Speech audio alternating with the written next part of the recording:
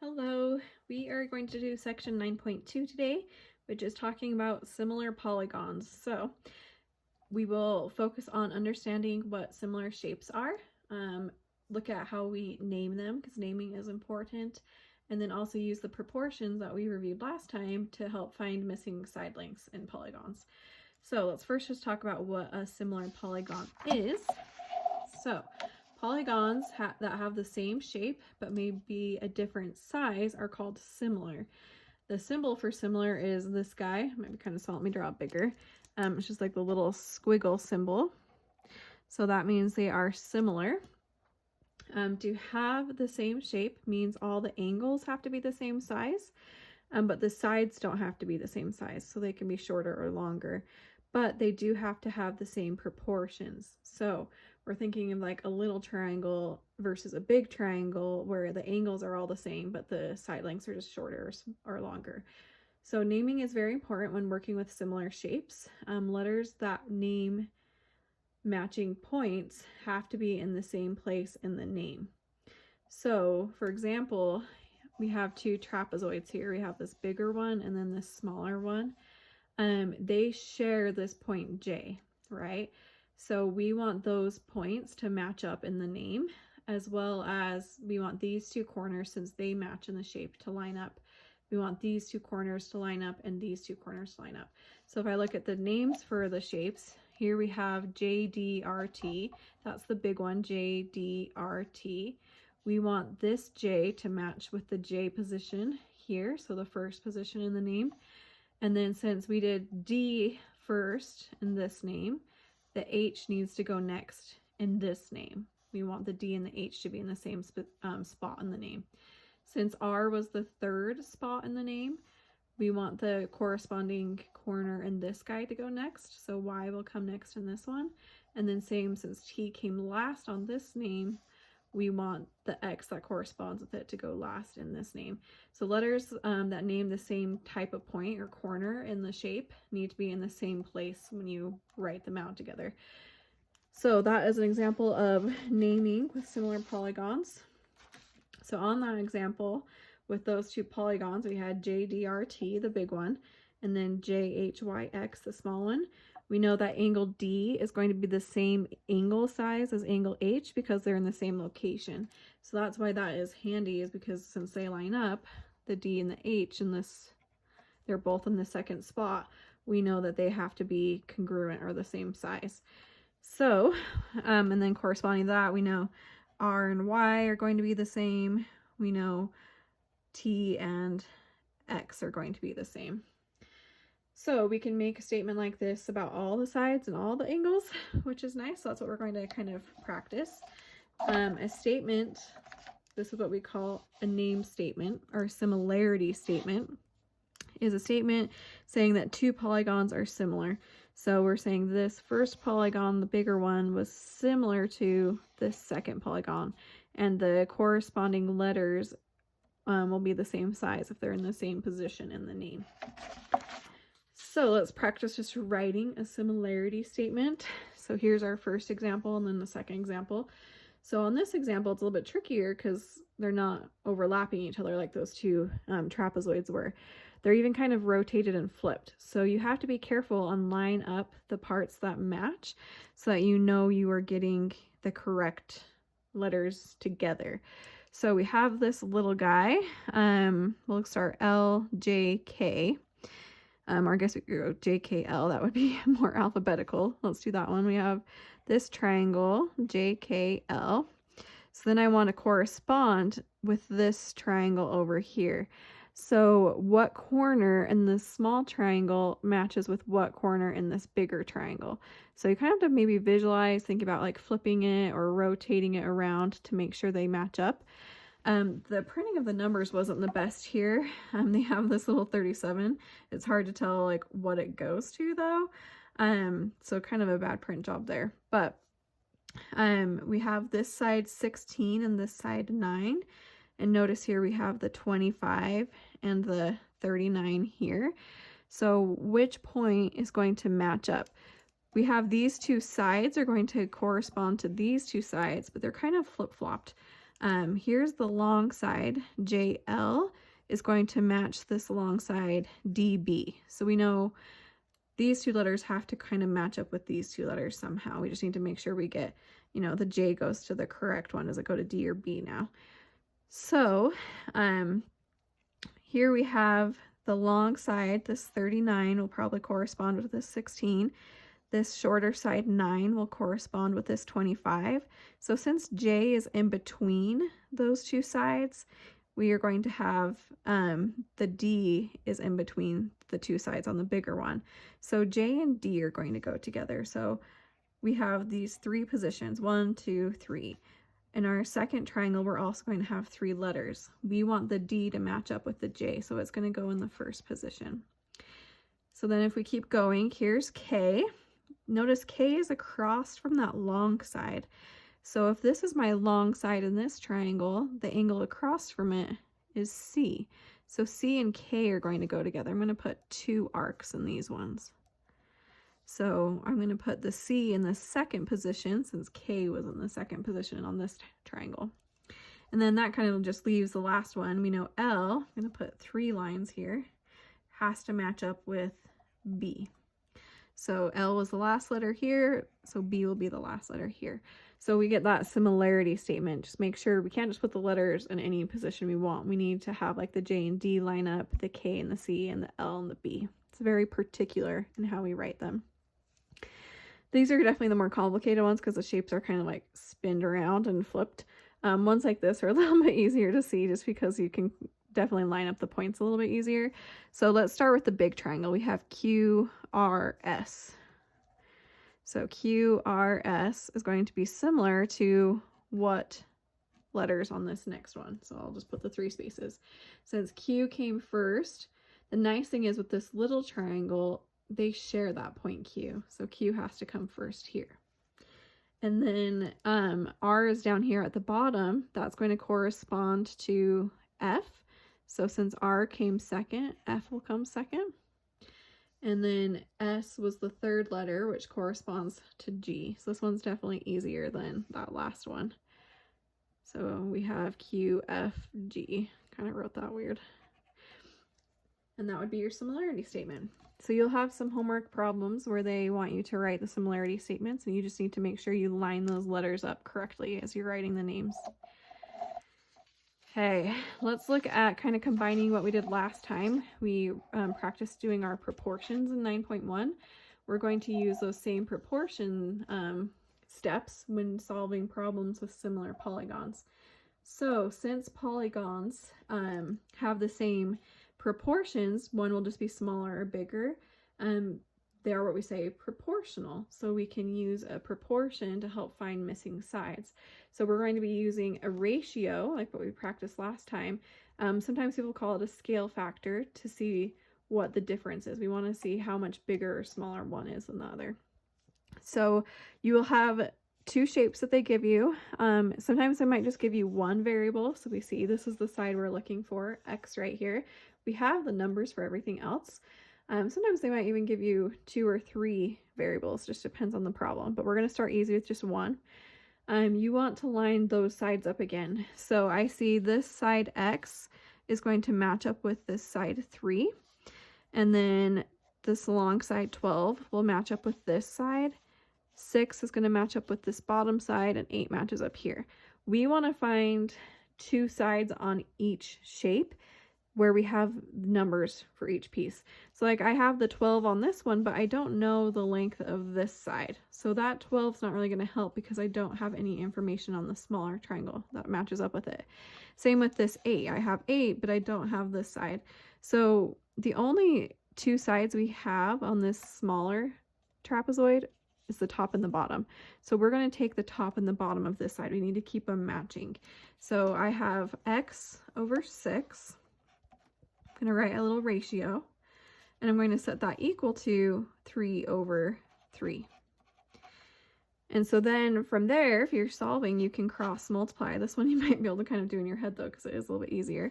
We're going to get 6 times 3 is 18 is equal to 3x. And then solving for x, you just divide by 3, and 18 divided by 3 is 6. And you might be able to see if this is 3 over 3, then this has to be 6 over 6. So we just found that x is equal to 6. So that was kind of an easier one. Let's try another one.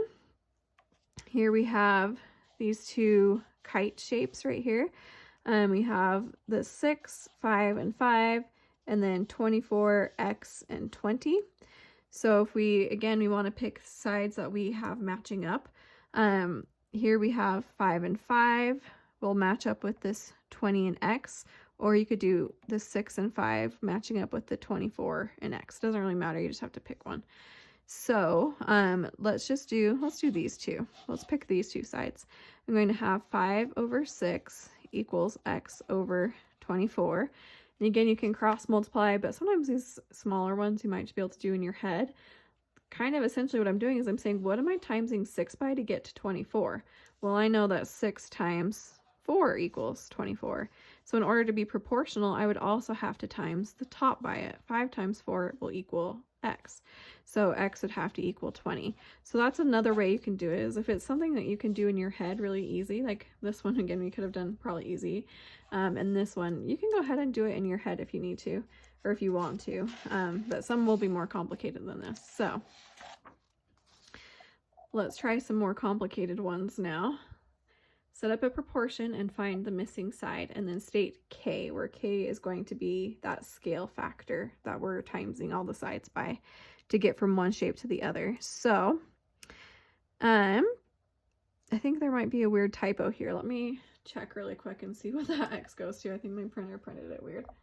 Hey, it looks like it did save kind of weird on the PDF. This x is supposed to go to this side. So when you're doing your notes, make sure that x just moves there. I don't know why I did that. But if we're looking for this side here, again, I can't just pick any numbers from this polygon. I want to pick ones that go with this guy. So I know I'm going to take this side, which means I'm going to line it up with the matching side over here, which is 6. And then on this polygon, I need one more number. I see I have this 9 on top, but there's not a number on this top. So this one's not really going to help me at all. So that only leaves the 18, which will line up with the 12. So we have to pick ones where we have 2 sides from each polygon to work with. And then we just set up a fraction. So I'm going to do 6 over 12 for this guy is equal to x over 18.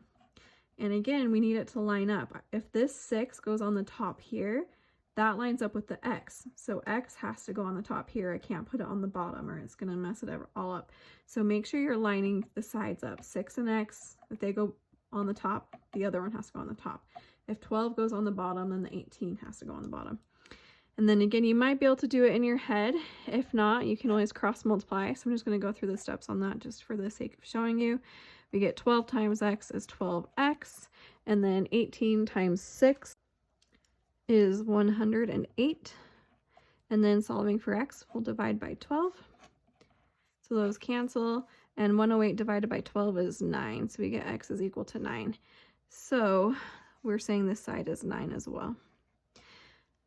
So if x is 9, again, they asked for that k. They want to know what the scale factor is. So really that's saying is, what did I times like this smaller triangle by to get to the bigger triangle? So like 6 times what number equals 9? Or 12 times what number is 18? So to find k, you're going to take one of the pairs of sides and divide them. So I'm going to take this 9 and divide it by 6. So 9 divided by 6, that just gives me 1.5. And it doesn't matter which pair you pick. I could also, if I do 18 and 12, 18 divided by 12 also happens to be 1.5. So you're going to get the right answer either way. So this is what is k, equal to k. So 1.5 is that scale factor. So we're saying this bigger trapezoid is 1.5 times as big as that smaller trapezoid. That's what you're timesing by on each one. Okay, so let's try this next one. Notice this time we have a binomial, x plus 2. It's not just an x this time, so it'll complicate our solving process just a little bit. So I know I'm going to use this side because I want to find x, and that is going to line up with the 18. And then I see 35 and 21 match up. We don't know this bottom side though, so the 24 isn't really going to help us at all. So let's find this 35 and 21. So it doesn't matter which one you do in the top or bottom. You could do 35 over x plus 2, or you can flip it and do x plus 2 over 35. Really, 6 is either way. So I'm going to do the x plus 2 in the top. Since I did this one in the numerator, I have to do the 18 in the numerator. They need to line up. So this side's in the top, this side's in the top. Since 35 is in the denominator, 21 is going to go in the denominator. And then from there, we're going to cross multiply. So 35 times 18, it's a bigger number, 630. And then 21 times x plus 2. And since this is a binomial, think of it as being in parentheses, we need to take that 21 and times it into both parts. So let's distribute that 21. We get 21 times x is 21x. 21 times 2 is 42. And again, that equals 630. So once we get to here, we'll just start getting x alone. First, we want to get rid of this 42 by subtracting it. So if I do 630 minus 42, leaves me with 588. And then my last step would be to get rid of this 21. So divide by 21, and 588 divided by 21 is equal to 28. So we found that x is equal to 28 though, but they said find the missing side. Now remember, the side is x plus 2. It's not just x. So really, if I plug this 28 in, I get 28 plus 2, and that equals 30. So this side is really equal to 30 because of that x plus 2 formula. And if we get the scale factor, again, getting that scale factor, you can just take two of the sides and divide them. I usually just do the bigger side divided by the smaller side. And again, it doesn't matter which pair. I could do this pair. I could do the 30 and the 18. We don't know this guy yet, but we could find it in a second. Let's just do the 35 and the 21. So for k, I'm going to do 35 divided by 21. And that gives me a decimal of 1.666 repeating. I'm just going to do 1.67. Or if we flipped it and we do the smaller to the bigger, we get 21 over 35. And that's going to be 0.6. So it just depends on which one you want to set up.